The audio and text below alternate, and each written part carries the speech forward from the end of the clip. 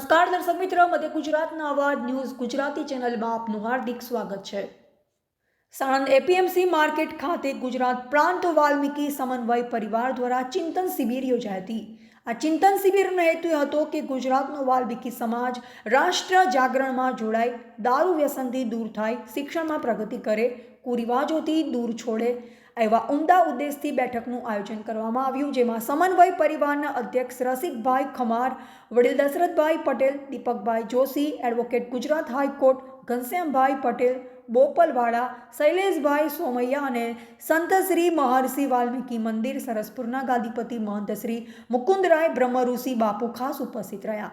આ ચિંતન બેઠકમાં વાલ્મીકી સમાજના સમગ્ર ગુજરાતભરમાંથી 15 જેટલા જિલ્લામાંથી આવેલ ભાઈઓ અને બહેનો તેમજ નવયુવાન મિત્રો ખૂબ જ મોટી સંખ્યામાં ઉપસ્થિત રહ્યા હતા। સદર કાર્યક્રમમાં ઉપસ્થિત રહેલ મહાનુભાવોએ વાલ્મીકી સમાજની ચિંતા કરી વાલ્મીકી સમાજને નવી દિશા આપી રાષ્ટ્રની સેવામાં કેવી રીતે ઉપયોગી થઈ શકે તેવા ઉમદા ભાવ સાથે બેઠક યોજાઈ હતી। તેમજ આખા ગુજરાતમાં વાલ્મીકી સમાજ પણ 22 જાન્યુઆરીએ ઘરમાં દીવા પ્રગટાવે, ફટાકડા ફોડે, મીઠાઈ વેચે અને ગરીબના ઘરે જઈ દાન કરી દીવો પ્રગટાવી દિવાળી જેવો માહોલ બનાવે તેવી વાત પણ કરવામાં આવી। આ કાર્યક્રમના મુખ્ય આયોજક ગુજરાત પ્રાંત વાલ્મીકી સમન્વય પરિવાર દિલીપભાઈ ચૌહાણ સાણંદ, વિશાલભાઈ ગોયલ ગુજરાત હાઈકોર્ટ, એડવોકેટ ઘનશ્યામભાઈ સોલંકી નડિયાદ, મયુરભાઈ પાટડિયાએ ખૂબ જ મહેનત કરી કાર્યક્રમને સફળ બનાવ્યો। કાર્યક્રમના અંતમાં સૌ લોકો સાથે ભોજન કરી છૂટા પડ્યા। કેમેરામેન અફઝલ ખાન પઠાણ સાથે રિપોર્ટર બેલોલ મલેક, સાણંદ। શું આપનું નામ છે? શું આપની જવાબદારી? ચૌહાણ દિલીપભાઈ મુરજીભાઈ। શું આપની જવાબદારી છે?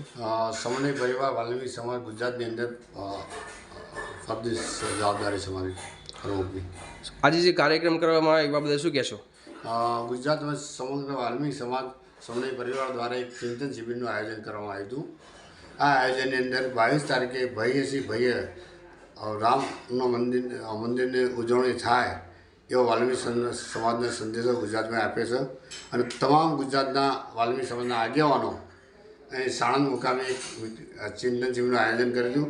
તમામ 150-200 માણસો હાજર રહેલા અને એના ચિંતન શિબિરની અંદર સમાજની પ્રગતિ કઈ રીતે થાય, સમાજનું ઉત્થાન કઈ રીતે થાય, શિક્ષણ કઈ રીતે આગળ આવે, વ્યસનથી મુક્ત કઈ રીતે થાય, કુરિવાજો કેવી રીતે થાય, એનું ખૂબ ઊંડાણપૂર્વક ચિંતન કરેલું છે તમામ સમાજના આગેવાનો બુદ્ધિજીવીઓએ।